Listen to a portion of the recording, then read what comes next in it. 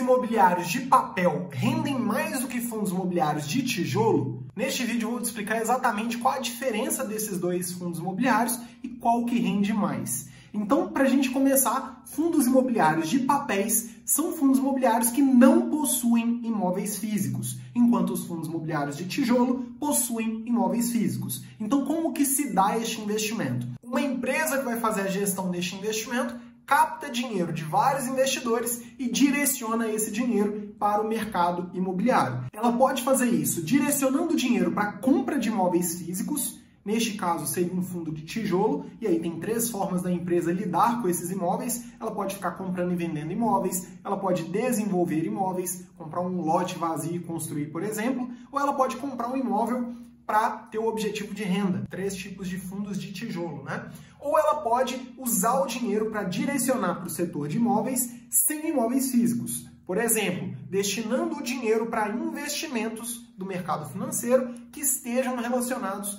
ao setor de imóveis físicos, como no caso da LCI, letras de crédito imobiliário, CRI, certificado de recebíveis imobiliários, que são investimentos no mercado financeiro, onde o dinheiro posteriormente será destinado para o setor de imóveis. Ou mesmo poderia, se for no caso um fundo de fundos, direcionar o dinheiro para comprar cotas de outros fundos imobiliários, que podem ser de papéis ou de tijolos. Neste caso, seria um fundo de papel, porque ele em si não teria imóveis físicos. Então, Arthur, eu invisto apenas em fundos imobiliários de tijolo. Se vocês quiserem, depois eu posso fazer um vídeo só sobre isso. Por que eu não invisto em fundos de papel? Então, para mostrar aqui para vocês essa diferença, fazer essa comparação e trazer mais conteúdos relacionados a isso, eu vou abrir aqui no site, eu vou selecionar aqui fundos imobiliários e a gente tem todos os fundos imobiliários disponíveis, tá? Vocês podem ver que são mais de 390 fundos diferentes, então tem muitas opções. Obviamente, dentre essas opções, na minha opinião, apenas uma minoria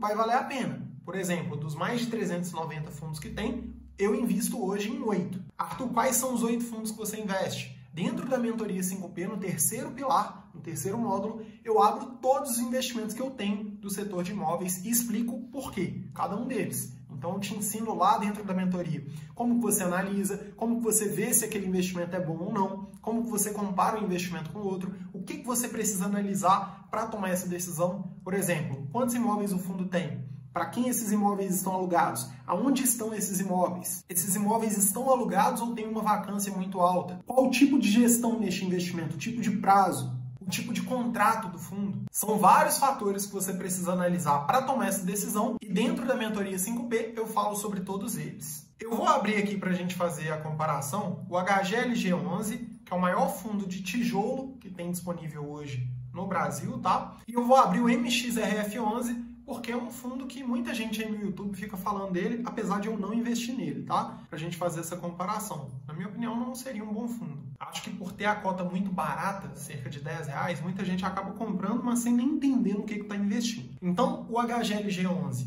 ele é um fundo de tijolo, e o MXRF11 é um fundo de papel. Qual comparação que eu vou fazer aqui? Primeira comparação, eu vou comparar o preço da cota de cada um e quanto que cada um pagou no último mês, por exemplo, para a gente poder comparar. E depois eu vou comparar o retorno nos últimos anos desses dois investimentos. Então, aqui em arquivos, você consegue abrir o relatório gerencial do fundo. Vou abrir o último aqui, ó, de cada um deles, tá? Arquivos, relatório gerencial, para a gente poder comparar. Esse primeiro aqui do HGLG11 e esse segundo aqui do MXRF11. Então, aqui no HGLG11, arrastando a tela aqui para baixo, a gente consegue ver quanto que foi o pagamento por cota, que é o rendimento distribuído. R$1,10 por cota em novembro de 2023. E aqui no MXRF11, deixa eu só dar um zoom aqui, para a gente poder comparar também, distribuição de rendimentos, 11 centavos. Então, a primeira coisa, jogando no Google aqui, você tem o preço da cota, né? Então, MXRF11, R$10,48. Posso dividir aqui, ó, 0,11 por R$10,48. Dá 1,05% ao mês. Isso aqui é o rendimento com base na cotação hoje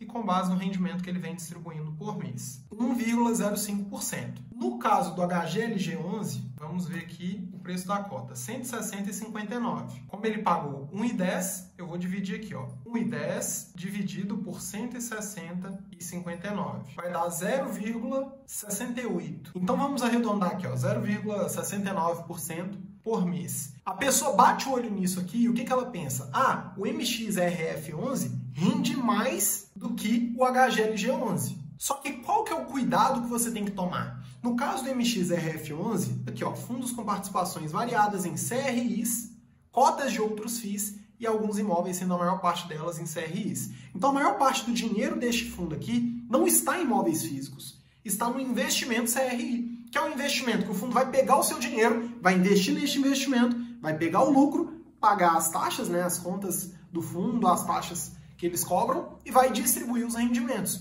Qual que é a valorização que este fundo vai ter? Nenhuma. Por quê? Porque não tem imóveis físicos. Quando um fundo não tem imóveis físicos, não há uma expectativa de valorização na cota deste fundo, porque o fundo não tem imóveis. Ele vai valorizar por quê? Ele tende a valorizar muito menos. Agora, quando você pega um fundo como o HGLG, que tem como objetivo investir em imóveis de operações logísticas, ou seja, galpões logísticos, há uma forte expectativa de valorização desses imóveis aqui ao longo do tempo. Porque você vai pegar um galpão que vale 200 milhões de reais. Esse galpão ele tende a valorizar ao longo do tempo. Então, sobre as cotas do HGLG, há uma expectativa de valorização. Quando a pessoa compara apenas o rendimento, ela desconsidera que o imóvel físico vai ter uma valorização ao longo do tempo, que inclusive garante que você tenha um retorno acima da inflação. Por quê? Os imóveis tendem a se valorizar pelo menos pela inflação no longo prazo, e os contratos de aluguéis eles são reajustados pela inflação também. Então, você recebe o rendimento do HGLG como se fosse um rendimento acima da inflação, um rendimento líquido, um rendimento real, diferente de um rendimento em um fundo de papel, onde não há essa proteção natural do valor das cotas. As cotas não tendem a ser corrigidas pela inflação. Então, sobre o rendimento que você recebe, você ainda tem o custo da inflação que está embutido, né, de forma invisível neste rendimento. De forma que, preste atenção, isso aqui é importante. Se uma pessoa começa a gerar uma renda de R$1.000, de R$2.000, de R$10.000 com HGLG11 e ela usa toda essa renda, ela vai ter essa renda para sempre e essa renda tende a continuar aumentando ao longo do tempo. À medida que a cota vai valorizando, o patrimônio dela vai aumentando e à medida que os aluguéis são reajustados, ela vai recebendo um aluguel maior, que vai ser corrigido pela inflação. Agora, no caso de um fundo de papel, se você começa a receber uma renda de R$1.000, R$5.000, R$10.000 e começa a usar toda essa renda, o seu padrão de vida vai diminuir com o tempo. Por quê? Porque sobre este rendimento, você não tem essa proteção da inflação que você deveria considerar. Isso é um ponto muito importante, principalmente se acontecer alguma crise de superinflação. Por quê? Neste caso, os CRIs aqui se tornarão um investimento muito arriscado, porque quanto mais o CRI paga, mais risco ele tem, diferente de um imóvel físico que naturalmente tende a se proteger pela inflação. Isso deve ser considerado quando você vai comparar o rendimento de um fundo com o outro,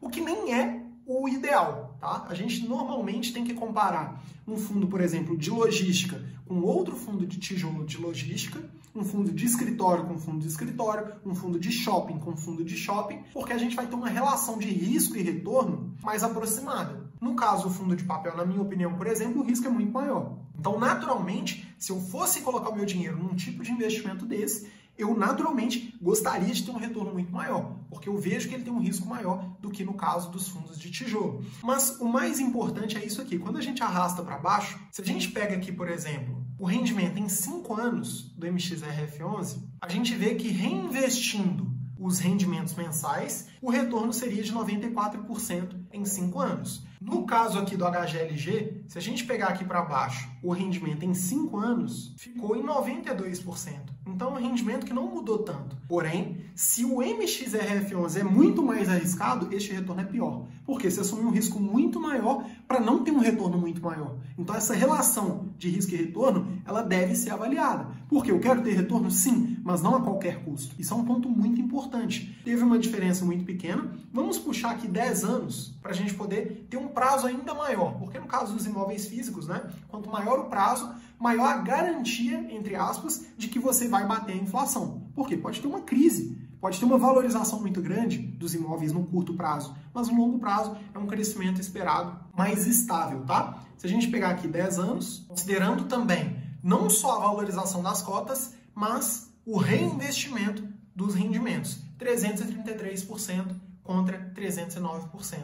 Ou seja, o HGLG11 ele teve um retorno maior do que o MXRF11, apesar de mensalmente distribuir um percentual menor. Por que isso acontece? Porque a gente não tem o ganho só pela distribuição de rendimentos. A gente tem um ganho também pela valorização quando a gente fala de fundos de imóveis físicos, coisa que muita gente não entende. Agora, é lógico que se eu começar a fazer vídeo do MXRF11, vai chamar muito mais atenção, porque as pessoas que não têm conhecimento, elas olham só para o rendimento mensal. Elas não entendem nem a dinâmica do investimento. Este fundo aqui tem quase 1 milhão de cotistas. A maioria das pessoas que investem nele não sabem nem onde o dinheiro delas está. Por quê? Porque fica entrando no YouTube, vai seguindo diquinha, não tem conhecimento e acaba investindo sem nem saber onde está o dinheiro dela. Arthur, você está falando que quem investe neste fundo não tem conhecimento? Não. Eu estou te falando que a maior parte das pessoas que investem não só no MXRF11, não só no HGLG11, mas em qualquer investimento de renda variável, a maioria das pessoas não sabem o que estão fazendo. Elas não têm conhecimento, elas não buscam conhecimento e elas ficam especulando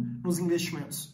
E aí a comparação de qual que paga mais por mês é muito rasa, porque você tem que entender o fundamento do investimento. Isso é um ponto muito importante, senão você acaba seguindo diquinhas por aí e não aprende a investir na prática. Não tem como dormir tranquilo tendo patrimônio investido sem ter conhecimento. A não ser que você vai investir R$10. Você quer investir R$10 só? Você pode investir onde você quiser, porque se você perder, não vai fazer diferença nenhuma.